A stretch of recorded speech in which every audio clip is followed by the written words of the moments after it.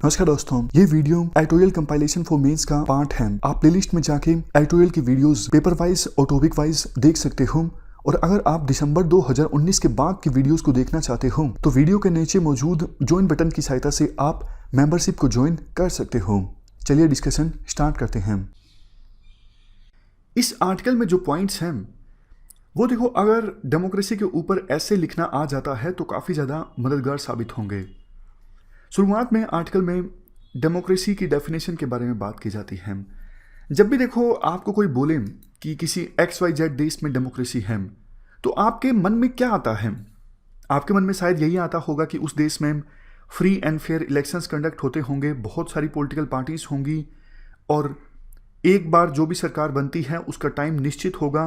Elections में सभी लोग एक निश्चित एज वाले वो पार्टिसिपेट कर सकते होंगे, मतलब यूनिवर्सल एडल्ट फ्रेंचाइज का प्रोविज़न होगा, जैसे इंडिया में है कि जिनकी भी उम्र 18 साल से ऊपर है वो वोट दे सकते हैं। इसके अलावा डेमोक्रेसी में ये होता है कि जिस भी पार्टी की इलेक्शंस में ज़्यादा वोट्स आते हैं उसकी सरकार बन जाती है। तो ये सब चीज़ें आपके दिमाग में आई होंगी जब आपको कोई बोलता होगा कि इस देश में डेमोक्रेसी है।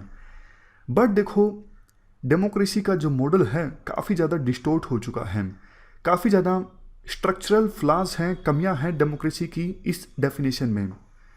For example, majority of votes की जो हम बात करते हैं ये मेजॉरिटी ऑफ सीट्स में तब्दील हो चुका है। 2014 में जब इलेक्शंस कंडक्ट हुए थे तो बीजेपी को वोट हासिल हुए थे सिर्फ 31%, फिर भी बीजेपी ने सरकार बनाई। इवन राजीव गांधी गवर्नमेंट की बात कर लीजिए, 1984 में इंदिरा गांधी की डेथ के बाद सहानुभूति लहर उमड़ के आई थी, राजीव गांधी के पक्ष में कांग्रेस की सरकार बनी थी, तब भी 48% वोट्स हासिल हुए थे कांग्रेस को और राजीव गांधी प्रधानमंत्री बने थे। इवन 2016 में डोनाल्ड ट्रंप को भी मेजॉरिटी ऑफ वोट्स हासिल नहीं हुए, 25 लाख कम पॉपुलर वोट्स हासिल हुए, फिर भी वो प्रेसिडेंट बने। मतलब ये है कि मेजॉरिटी ऑफ वोट्स जिसको हासिल होंगे वो पार्टी सरकार बनाएगी, ये गलत है।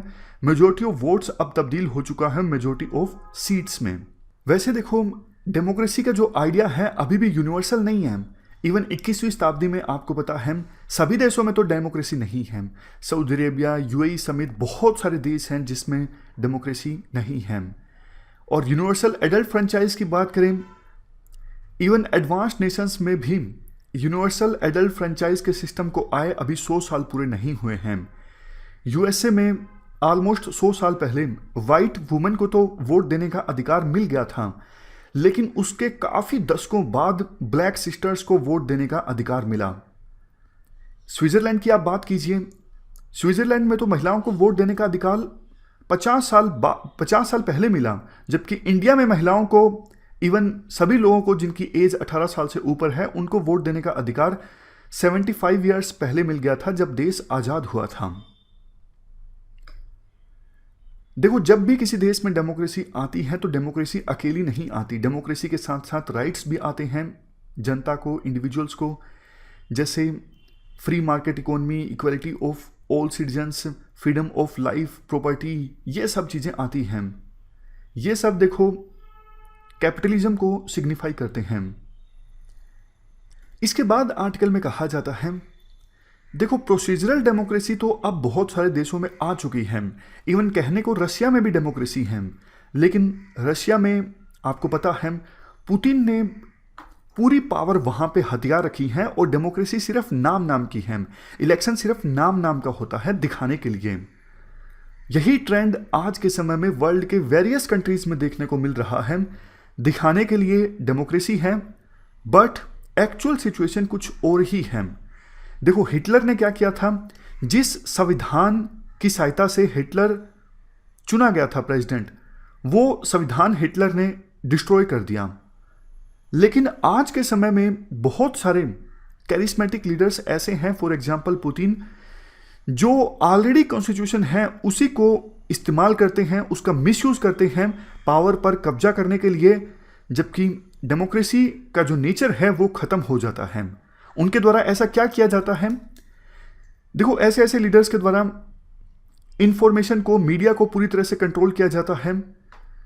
लोग आवाज ना उठा सकें उसके ऊपर नेशनलिज्म की, पैट्रियोटिज्म की चादर डाल दी जाती है कि कोई डिसेंट वॉइस रेज हो ही ना, फिर भी कोई ओपोजिशन का लीडर आवाज़ उठाता है तो उसको जेल में बंद कर दिया जाता है।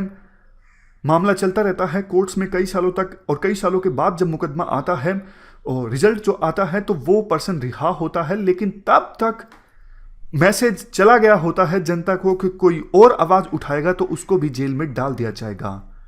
तो इस प्रकार से कुछ कैरिस्मेटिक लीडर्स अपना कंट्रोल इस्टाब्लिश कर देते हैं सत्ता पर, और डेमोक्रेसी सिर्फ नाम नाम की रहती है। डेमोक्रेसी का जो नेचर है वो पूरी तरह से डिस्ट्रॉय हो जाता है। आज हमें इवैल्यूएशन करने की आवश्यकता है, क्या हमारे देश में भी ऐसा ही हो रहा है। देखो, जहां भी पॉलिटिकल कलर आता है, पॉलिटिक्स आती है आर्टिकल में, उसे आप अवॉइड कीजिए। एक सिटीजन होने के नाते आपके कुछ भी व्यूज़ हो सकते हैं, बट आंसर्स में आप किसी प्रकार की कोई पॉलिटिक्स से संबंधित बात नहीं लिखोगे, क्योंकि कुछ नहीं पता एग्जामिनर के व्यूज़ कैसे हैं। हो सकता है कि आपके विचारों से एग्जामिनर चिढ़ जाए और आपको कम मार्क्स अवॉर्ड करें। देखो, हम तो ये एज्यूम कर सकते हैं कि जो एग्जामिनर होगा वो रैशनल होगा, वो ऑब्जेक्टिविटी के साथ आपका पेपर चेक करेगा, बट रिस्क नहीं ले सकते। हर एक जो ह्यूमन बीइंग है वो परफेक्ट नहीं होता। तो आप पूरी तरह से यूपीएससी की प्रिपरेशन में पॉलिटिक्स से दूर रहोगे तो ज़्यादा बेहतर है। इस डिस्कशन में फिलहाल इतना ही है। Thank you very much for discussion.